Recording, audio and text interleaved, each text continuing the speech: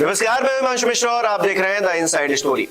तो ये हर कोई जानता है कि लोकसभा चुनाव आने वाले हैं और इसमें इंडिया बनाम एनडीए की लड़ाई होने वाली है। लेकिन सवाल ये है कि इंडिया की तरफ कौन कौन रहने वाला है और एनडीए की तरफ कौन कौन रहने वाला है, क्योंकि इन दिनों काफी बदलाव भी देखे गए। हाल ही में नीतीश कुमार ने जिस तरह से पलटी मारकर एनडीए का साथ लिया, उसके खेमे में जाकर बैठे हैं, तो कहीं ना कहीं जो गुणा गणित था वो थोड़ा सा गड़बड़ाता हुआ नजर आ रहा है। राज्यवार आज बात करेंगे कि क्या क्या स्थिति राज्यों में है और भारतीय जनता पार्टी किस तरह से अपना गेम सेट कर रही है। डॉक्टर संजीव त्रिवेदी जी वरिष्ठ पत्रकार हमारे साथ हैं। संजीव जी, देखिए, बिहार में जो हुआ वो महाराष्ट्र में हो चुका था और उत्तर प्रदेश की स्थिति देखें, क्योंकि बड़े राज्यों का मैं जिक्र करूंगा आज। उत्तर प्रदेश में स्थिति पहले से मजबूत है। पश्चिम बंगाल की बात करते हैं तो वहां पर ममता बनर्जी की स्थिति देखिए कि किस तरह से वो इंडिया गठबंधन में नेगोशिएट करना चाहती है। तो ये तमाम ऐसे राज्य हैं जहां पर स्थिति गड़बड़ाती हुई नजर आ रही है। आज की डेट में क्या लग रहा है? बिहार से शुरू करते हैं, वहां की स्थिति, और उसके बाद दूसरे राज्यों पे आते हैं। देखिए, भारतीय जनता पार्टी ने अपने लिए टारगेट जो है वो इस बार बड़ा सेट किया है। एनडीए को 400 सीटें आएंगी, ये दावा किया गया है। और दक्षिण का किला इस बार भी भेदा नहीं जा सकेगा, कुछ इस तरह की सिचुएशन है। कर्नाटक में ही भारतीय जनता पार्टी का फुटप्रिंट था और वो भी फिलहाल उनके पास नहीं है। तेलंगाना भी नहीं है, तमिलनाडु, केरल, पौंडीचेरी, आंध्र प्रदेश। तो ऐसे में जो विंध्य पर्वतमाला के दक्षिण में राज्य हैं वहां से 131 सीटें आती हैं। तो 131 सीटें तो थोड़ी संदेहास्पद स्थिति में चली जाती हैं। मान लीजिए अभी वहां से 29 सीटें हैं, तो 29 सीटें अभी हैं और वो उसमें ज्यादातर सीटें आई थी कर्नाटक से, 25 सीटें आई थी और 4 तेलंगाना से। अभी दोनों जगहों पर जो है कांग्रेस ज्यादा जोर से चुनाव लड़ेगी, ऐसे में जबकि उसकी सरकारें दोनों जगहों पर बन गई हैं। तो अगर आप 543 में 131 निकाल देते हैं तो 400 सीटों का जो फासला है, 400 सीटों का जो फासला है वो आपको 412 में से 400 लाना होगा। फिर तो ये हो जाता है ना। तो ऐसे में जो लक्ष्य है उसमें हर राज्य में जो कि दक्षिण के अलावा यानी कि विंध्य पर्वतमाला के उत्तर में जितने राज्य हैं वो सारे के सारे राज्यों में बेहतरीन प्रदर्शन करना पड़ेगा। और ऐसे में जबकि इंडिया गठबंधन इन राज्यों में जो कि हिंदी पट्टी कहलाते हैं कमजोर है, यही अपॉर्चुनिटी है भारतीय जनता पार्टी के लिए, अवसर यही है। उस अवसर को और बेहतर और मजबूत करने के लिए कुछ इंतजाम किए गए। लोगों ने सोचा राम मंदिर बना है, प्राण प्रतिष्ठा हुई है, तो ये अपने आप में एक चुनावी मुद्दा हो जाएगा। लेकिन आपने देखा कि भारतीय जनता पार्टी चांस नहीं ले रही राम मंदिर मुद्दे के तौर पर। और ये बात चर्चा में भी रहती है भारतीय जनता पार्टी के सर्कल्स में कि जब 1992 में बाबरी ध्वंस हुआ था और उसकी तुरंत बाद चुनाव हुए थे, तो उत्तर प्रदेश में कल्याण सिंह की सरकार जो बर्खास्त की गई थी वो दोबारा आ नहीं पाई थी। अगर राम मंदिर एक मुद्दे के तौर पर लोगों को इतना झंकृत करता तो उम्मीद की जानी चाहिए थी कि वो ज्यादा बड़ी मेजॉरिटी से आएगी, तो वो नहीं आई थी। अगले साल, और एक साल पूरे भी नहीं हुए थे, 6 दिसंबर की घटना थी, 6 दिसंबर 93 से पहले ही मुलायम सिंह यादव की सरकार आ गई थी। तो मंदिर एक मुद्दे के तौर पर बहुत प्रभावशाली साबित उस वक्त नहीं हुआ था। बाकी के 5-4 राज्यों में और सरकारें गिरी थी उस वक्त, तो वहां भी 5 में से 4 राज्यों में हार हो गई थी, इंक्लूडिंग उत्तर प्रदेश। केवल एक जगह सत्ता में वापसी कर पाई थी भारतीय जनता पार्टी 1993 में, और वो थी राजस्थान। लेकिन कहा जाता है वहां भैरव सिंह शेखावत जैसी पर्सनालिटी थे और वो लेकर भारतीय जनता पार्टी को सत्ता में आए थे। तो आपने देखा कि राम मंदिर से ही संतुष्ट नहीं है भारतीय जनता पार्टी वाले, और उन्होंने उन राज्यों में गुणागणित किया जहां जहां इंडिया गठबंधन अपने आप को मजबूत और प्रबल पा रहा था। सबसे पहले मैंने कहा बिहार की बात करते हैं। हाँ, बिहार की बात आप कर सकते हैं क्योंकि ताजा ताजा है। है। हाँ, और बिहार में भी अभी सिचुएशन पूरी तरह से सेटल नहीं हुआ है, क्योंकि बहुमत साबित करने का अभी सिलसिला बाकी है, टेस्ट बाकी है, और वो 10 तारीख से सत्र लगेगा फरवरी के महीने के, तो उस वक्त पता चलेगा। लेकिन आप ये मानकर चलिए कि 2019 में जब चुनाव हुए तो 17 सीटें जेडीयू ने, 17 सीटें भारतीय जनता पार्टी ने और 6 सीटें लोक जनशक्ति पार्टी ने जीती थी। तो उसमें जनता दल यूनाइटेड एक सीट हारी थी, किशनगंज वाली, और बाकी की सारी सीटें जीत ली गई थी। So it was 39 out of 40, 39-40 में से आ गई थी। और कमोबेश ये जो आंकड़ा है, ये 30 के ऊपर से जब जब भी भारतीय जनता पार्टी और जेडीयू साथ रहे हैं, कुछ इसी तरह का होता रहा है। 2014 में भी अच्छे आंकड़े आए थे, हालांकि उस वक्त नीतीश नहीं लड़ रहे थे साथ में, बावजूद उसके भारतीय जनता पार्टी और लोक जनशक्ति पार्टी मिलके 30 के आसपास का, क्योंकि 3 उस वक्त उपेंद्र कुशवाहा की पार्टी ने जीत लिया था, 6 सीटें रामविलास पासवान की पार्टी ने जीता था, और 22 सीटें जीती थी भारतीय जनता पार्टी ने। तो 31 सीटें 40 में से तब भी जीती थी, जो कि अच्छी संख्या है, और इसी तरह से हमेशा से रहा था। लेकिन अभी जो स्थिति थी बिहार में इस टूट के पहले, उसमें तो जनता दल यूनाइटेड आरजेडी के साथ थी और उधर कांग्रेस भी। तो लग ये रहा था कि जब कांग्रेस, आरजेडी, जेडीयू और लेफ्ट पार्टीज, और आप मानकर चलिए कि लेफ्ट पार्टीज की भी थोड़ी बहुत प्रेजेंस बिहार में है, अभी भी 16 एमएलए उनके हैं, सीपीआई, सीपीआईएमएल और सीपीएम, ये तीनों। और बिहार एक ऐसा राज्य है, आपको वहाँ पर हर विचारधारा से संबद्ध लोग मिल जाते हैं और उनकी राजनीतिक दृष्टि बड़ी पैनी होती है। लेफ्ट मूवमेंट का एक दौर था, भारतीय जनता पार्टी वगैरह उस वक्त इतनी बड़ी नहीं थी, बिहार में बहुत ज़बरदस्त तरीके से लेफ्ट मूवमेंट चला था। और बेगूसराय को तो वहाँ का जो ज़िला है उसे लेनिनग्राद कहा जाता था, सेंट पीटर्सबर्ग जिसे आज की तारीख में नाम है। तो ये लेफ्ट मूवमेंट की स्थिति थी। तो वहाँ अभी भी 16 एमएलएज हैं लेफ्ट के। तो ये सारे अगर मिल जाते, आरजेडी, कांग्रेस, जेडीयू, लेफ्ट, तो और उस तरफ केवल भारतीय जनता पार्टी और उनके सहयोगी एलजेपी और कुशवाहा और मांझी, तो ये टक्कर नहीं था। ये डेडली कॉम्बिनेशन ये डेडली कॉम्बिनेशन इंडिया का था।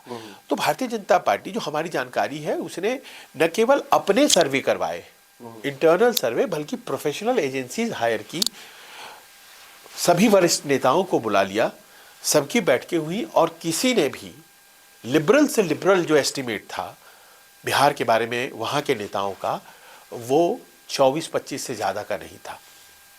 मतलब आप बहुत अच्छा करेंगे तो 24-25 सीटें जीत जाएंगे। अब 24-25 अगर बहुत अच्छा करेंगे, यानी कि सीटें आपको 18-19 आ सकती हैं, 20 आ सकती हैं, 50-50 मामला हो गया। अब 20 सीटों का नुकसान हो रहा है, साफ दिखाई पड़ रहा है। टारगेट 400 का ले रखा है, कुछ करना पड़ेगा। और ये प्रोफेशनल एजेंसीज की तरफ से भी कहा गया कि कम से कम ऐसी 15 सीटें हैं जो आप हार जाएंगे, जनता दल यूनाइटेड के वोट आपको अगर नहीं मिलते हैं तो उनके जो भी वोट हैं, जो भी गुडविल नीतीश जी की, अब पहली वाली गुडविल नहीं है, लेकिन जो भी उनकी गुडविल है, उससे आपको कम से कम 15 सीट का नुकसान हो जाएगा। यानी कि इंडिया गठबंधन को 15 सीट का फायदा स्पष्ट दिख रहा था। और अगर मान लीजिए कि कुछ मूवमेंट हो जाए, कुछ आरजेडी ने और खेल कर दिया, मतलब 20-22, 18-22 इस तरह का कुछ कॉम्बिनेशन आ रहा था, तो वहाँ ये चिंता का विषय हो गया। और उसके बाद एक तरह से वो कहते हैं ना, जैसे कि इतना बोलने के बाद विष पी लेना।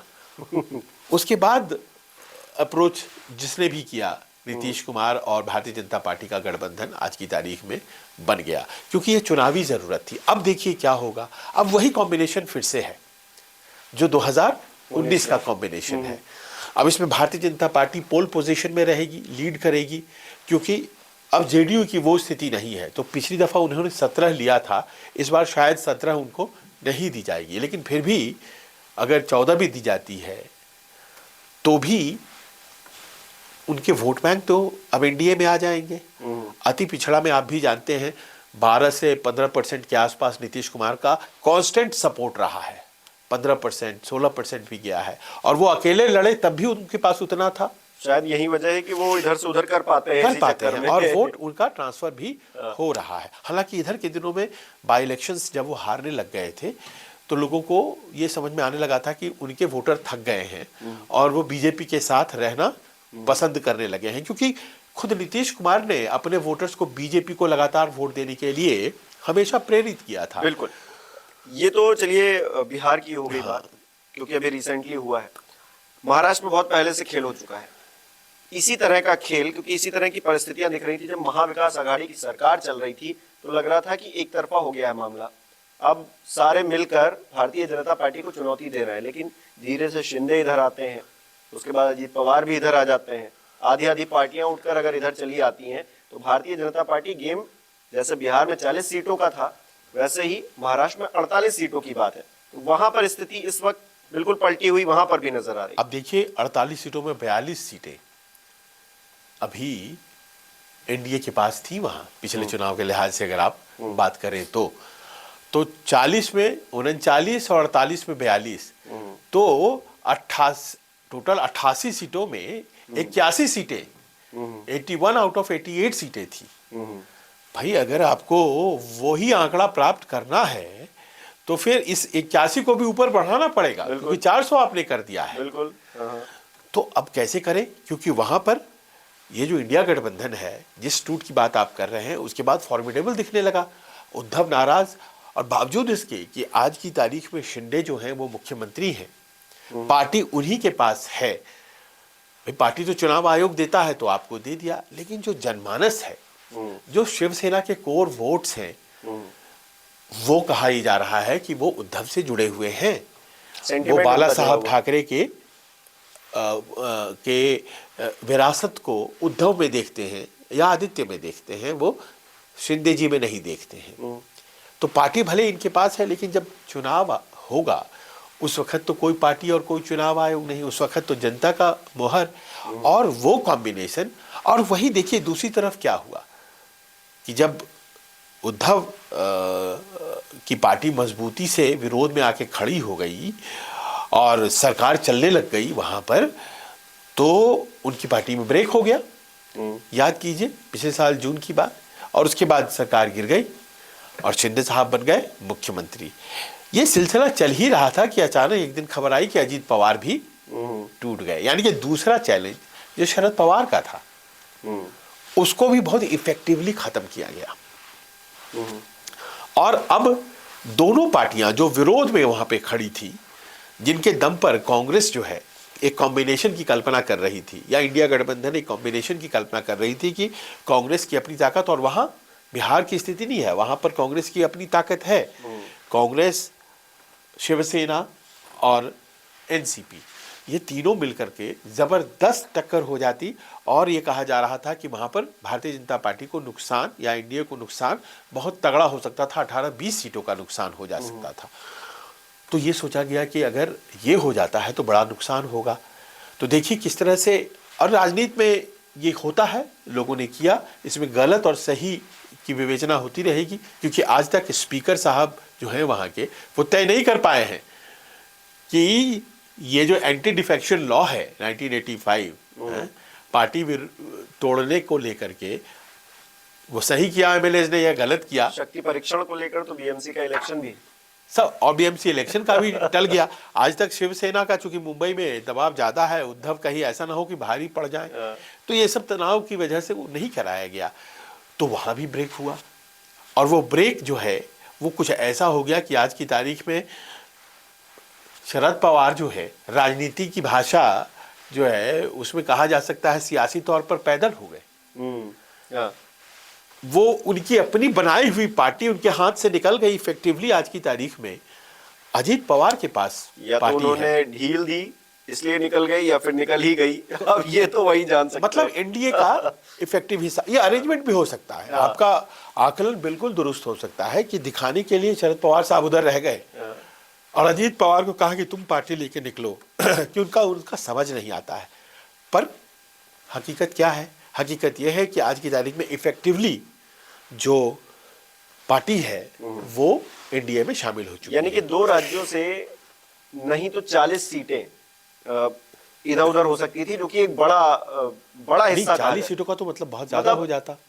मान लीजिए 30-35 सीटें अगर कम हो जाती इन 2 राज्यों से, तो फिर एक बहुत ज्यादा तो आंकड़ा गिरावट 300 के नीचे आ जाता एनडीए का। हाँ, एनडीए और बीजेपी का तो और भी ज्यादा और नीचे नीचे आ आता। जाता। तो फिर दिक्कतें यहाँ पर दिख रही थी। उसे तो सेट कर लिया है, ये वो मान तो के चला जाए 2 राज्य सेट हो गए। इसके बाद सबसे बड़ा राज्य है उत्तर प्रदेश। उत्तर प्रदेश की स्थिति क्या राम मंदिर को लेकर, क्योंकि अब इनॉग्रेशन भी हो गया, सब कुछ रामलला के विराजमान भी हो गए। अब इसके बाद लग रहा है कि वो चीजें जो 2019 में कम हुई थी, 2014 में जो बढ़त थी उससे थोड़ा सा नीचे आए थे, क्या अब जिस तरह से ओम प्रकाश राजभर का भी सहारा लिया जा रहा है, हो सकता है कल को कोई और भी आ जाए, छोटी छोटी पार्टियां भी आ जाए, रिस्क लेने के मूड में नहीं है भारतीय जनता पार्टी यहाँ पे। देखिए, ये जो रिलीजियस पोलराइजेशन होता है, धार्मिक ध्रुवीकरण जो होता है, तो उसका नियम ये कहता है कि उसमें नए वोट्स आपको नहीं मिलते हैं। जो आपके वोटर्स हैं वही जो है थोड़ा ज्यादा वोकल हो जाते हैं, थोड़ा अपनी जो एक यूं कह सकते हैं कि जो आस्था है जिस भी, जैसे भारतीय जनता पार्टी के साथ इस दौर में है राम मंदिर की वजह से, तो उसको और भी ज्यादा प्रदर्शित करने लग जाते हैं। कोई नया वोटर बन जाता है, इसके उदाहरण कम है, क्योंकि जो इतिहास है वो इसकी गवाही नहीं देता है कि मंदिर मूवमेंट की वजह से ये हो गया या। बिल्कुल, शुरुआत में हम लोगों ने बात की। हाँ, तो अलबत्ता ये जरूर कहा जाता है कि देखिए 89 सीट रथ यात्रा की वजह से आई थी आडवाणी जी को, और मात्र 2 सीटें थी 84 के चुनाव में। तो 84 इंदिरा जी के मौत के आलोक में सब पार्टियां हारी थी। 400 से ऊपर राजीव गांधी जी लेके चले गए थे आंकड़ा कांग्रेस का। वो उनकी उपलब्धि नहीं थी, वो एक भावनात्मक उबाल था। और 89 सीट ही उतना बड़ा रथ यात्रा का आंदोलन हुआ, उसके बावजूद आए थे। 100 का आंकड़ा नहीं पार हुआ था। इनफैक्ट 1991 में 100 का आंकड़ा पार हुआ जब राजनीतिक मुद्दों पर चुनाव लड़ी गई थी, मंडल नॉन मंडल, वो उस पर चुनाव लड़ा गया था 1991 में। तो उसमें 121 सीटें आई थी और राम मंदिर रथ यात्रा 89 सीट ही आ पाई थी। 89 में 85 सीट्स ही आ पाई थी। तो ऐसे में भारतीय जनता पार्टी के जो भी गुणागणित करने वाले स्ट्रैटेजी मेकर्स हैं, रणनीति, उन्होंने तय किया कि ये ज़रूरी है कि हम आंतरिक रूप से देखें कि हमारी स्थिति 71 से 62 कैसे हो गई। 2014 में हम 71 थे, 2019 में हम 62 कैसे हो गए, जबकि हमारे पीछे 2017 से योगी जी के शासन का एक बहुत बढ़िया ट्रैक रिकॉर्ड, और वो शुरुआत से ही दिखने लग गया था। तो 2019 में हमें ज़्यादा सीटें मिलनी चाहिए थी, उल्टे घट गई। तो पाया ये गया कि 2019 में वो हुआ था जो 2014 में नहीं हुआ था, यानी कि बसपा सपा साथ लड़ गए थे। बसपा और सपा साथ लड़ गए, और आप ये देख लीजिए कि हुआ क्या था। 38 सीटों पर बसपा लड़ी थी और 37 सीटों पर सपा लड़ी थी। करीब 19% वोट बसपा के आए थे, 18% वोट सपा के आए थे। 10 सीटें जीत गई थी बसपा और 5 सीटें जीती थी सपा, यानी कि दोनों का वोट जुड़ा। तो आपने पाया कि 15 सीटें वैसे निकल गई।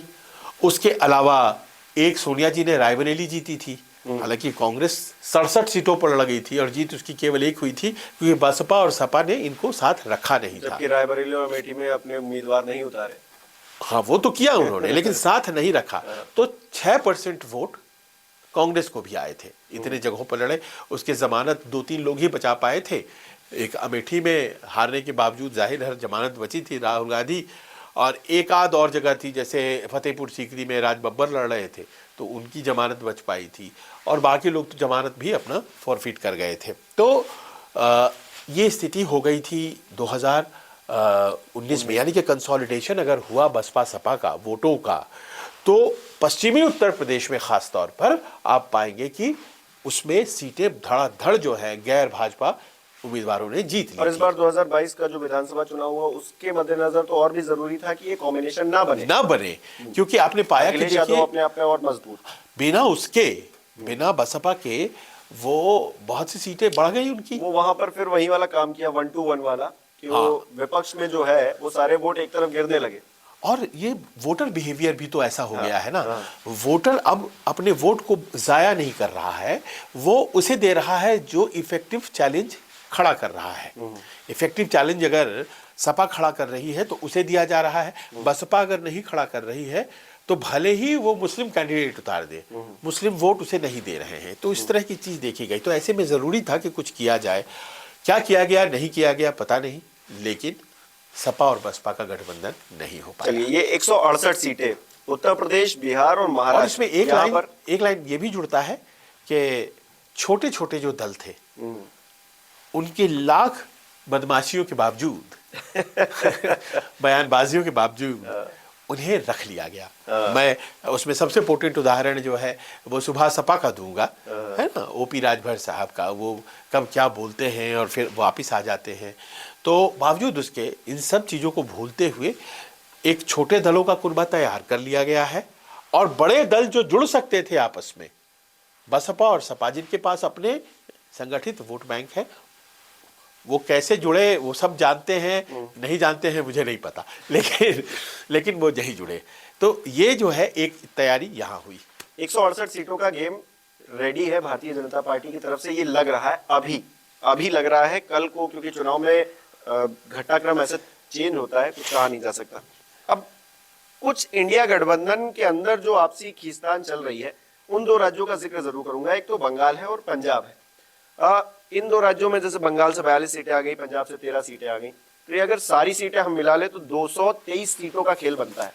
अगर बंगाल और जिस तरह से पंजाब में स्थिति है वहां पर भी लैग कर जाता है इंडिया गठबंधन, तो 223 सीटें सीधे सीधे उस पर बैकफुट पे इंडिया गठबंधन नजर आएगा। तो पश्चिम बंगाल में जिस तरह का रुख है उस पर छोटी सी बात, और फिर उसके बाद पंजाब। देखिए, ईडी एक बड़ी राजनीतिक संस्था के तौर पर देखी जाने लगी है। हालांकि वो वित्त मंत्रालय के अंदर आती है, और लेकिन उसकी सक्रियता को लेकर के खूब बहस हुई है, और कई नेताओं के राजनीतिक बिहेवियर को वो तय कर देती है। ये कहा जाता है पॉलिटिकल बिहेवियर जो है वो ईडी तय कर देती है। कुछ लोगों को वॉशिंग मशीन का उदाहरण भी पेश करना जो है अच्छा लगता है, क्योंकि उन्हें लगता है कि भारतीय जनता पार्टी जो है वो जिनके ऊपर ईडी के चार्जेस हैं वो वॉशिंग मशीन में डाल देती है तो वो साफ़ हो जाते हैं, उनके ऊपर फिर ईडी के चार्जेस नहीं लगते हैं, जो विरोध में रहते हैं। ऐसे आरोप तो लग रहे हैं। उत्तर प्रदेश में भी ये कहा जाता है कि ईडी की अपनी भूमिका हो सकती है या नहीं पता नहीं, लेकिन क्या बंगाल में भी कुछ ऐसा है? क्या बंगाल में कुछ ऐसे प्रभावशाली लोग जो कि चुनाव में अलट पलट कर सकते हैं, गुणागणित साध सकते हैं इंडिया गठबंधन के लिए, वो भी बाधित हुए हैं क्या? और अगर ऐसा हुआ है ना, तो फिर इंडिया गठबंधन के लिए जैसा आपने कहा बंगाल से भी बहुत प्रॉस्पेक्ट है क्या? देखिए, अभी फिलहाल कांग्रेस, सीपीएम और ममता ये साथ नहीं लड़ेंगे। पूरी यात्रा राहुल गांधी की गुजर गई, ममता जी साथ नहीं आई। खेला होवे बहुत कर रही थी, लेकिन अधीर रंजन चौधरी का बहाना लेकर के वो कहा कि हम पूरी सीटें लड़ेंगे। उनकी भी राजनीति है। देखिए, पिछली दफा 18 सीटें भारतीय जनता पार्टी वहां जीत गई, 18 सीटें जीत गई। उस वक्त तो कोई इंडिया नहीं था ना, आप कैसे हार गई? बिल्कुल, है ना। इस बार आपकी मदद के लिए इंडिया गठबंधन खड़ा है। अब उन्हें लगता है वो अकेले हरा देंगी फिर से। वो हो सकता है कि वो हरा दें, लेकिन क्योंकि इस बार उनकी तैयारी अच्छी है, विधानसभा में बहुत अच्छे मार्जिन से वो उन्होंने जीता है, लेकिन 77 सीटें वहाँ लेकर के आई है भारतीय जनता पार्टी वहाँ पर, और सतर्क होने की वहाँ ज़रूरत थी। वहाँ सतर्क होने की ज़रूरत थी। 77 सीटें कम नहीं होती विधानसभा में, जब वो 2-4 सीटों पर होती थी, और वहाँ से वो 77 सीटों पर पहुँच गई है। लेकिन ममता जी ने सोचा नहीं, हम अलग अलग लड़ेंगे। इफ़ेक्टिवली इंडिया गठबंधन वहां भी उसके पांव कमजोर हो गए, बंगाल में भी, बिहार में भी हो गए, उत्तर प्रदेश में पांव उस तरह से मजबूत कभी हो ही नहीं पाए, महाराष्ट्र में आपने देखा कि कमजोर हो गए पांव। तो इन सभी राज्यों में इंडिया गठबंधन जिस मूल कल्पना से बना था, 1:1 की कल्पना जो है, वो उसको चरितार्थ करता हुआ, उसको आकार देता हुआ नजर नहीं आएगा।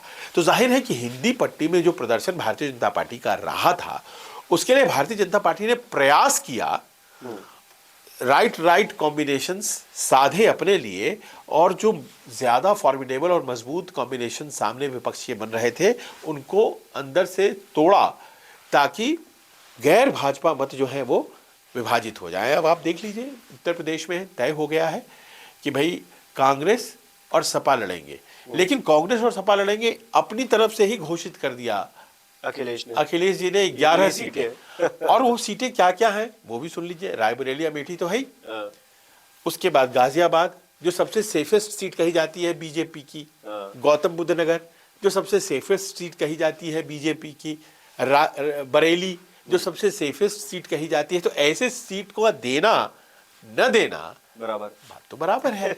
तो इसमें कौन सा गठबंधन हो रहा है और क्या गठबंधन हो रहा है? 7 सीटें जिनको दी हैं अखिलेश जी ने, राष्ट्रीय लोकदल, वो किधर जाएगी अभी तक स्पष्ट जो है नहीं। क्योंकि अमूमन तो हम लोग पहले यही देखा करते थे कि तीनों दल बैठते थे, घोषणा होती थी कि देखिए हम लोगों ने साथ लड़ने का फैसला किया है, 80 सीटें उत्तर प्रदेश की, 7 सीटें राष्ट्रीय लोकदल, 11 सीटें कांग्रेस पार्टी और बची हुई सीटें ट्विटर पे हो रहा है ना आजकल। हाँ, तो ये इधर तो राहुल गांधी से हाथ मिलाते हुए, उधर जैन से हाथ मिलाते हुए आपने घोषणा कर दी। तो ये कौन सा आंदोलन है जिसमें कि गठबंधन तो है ट्विटर पर, लेकिन दिलों का मिलन है क्या, और क्या जमीन पे दिखाई पड़ रहा है? देखिए ये बहुत जरूरी है, क्योंकि मैंने इतने सारे राज्यों की बात हो गई और बहुत बड़ा वीडियो भी हो गया, इतना एनालिसिस हम लोगों ने किया।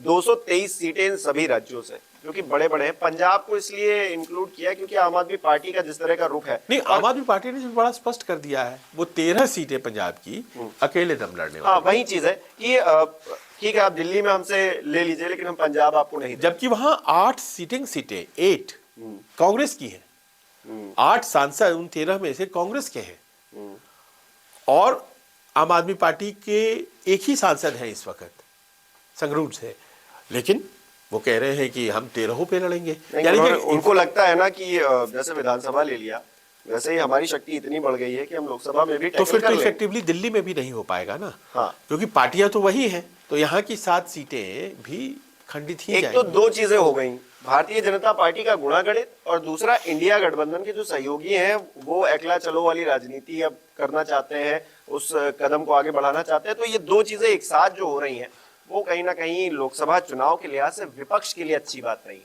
क्योंकि भारतीय जनता पार्टी अपनी सारी सियासी गोटियां सेट कर चुकी है, सेट कर रही है, चीजें और आगे बढ़ा रही है, कहीं पर दिक्कत ना हो, बहुत ही इजीली विनिंग पोजीशन में आ जाए। 400 सीटों का लक्ष्य रखा गया है, देखिए कितनी आती है। लेकिन इंडिया गठबंधन के लिए खतरे की घंटी यहां से शुरू हो गई है। आपको क्या लग रहा है इन राज्यों में देखकर कि क्या स्थिति हो सकती है लोकसभा चुनाव की? हमें कमेंट करके बता सकते हैं। बहुत बहुत शुक्रिया।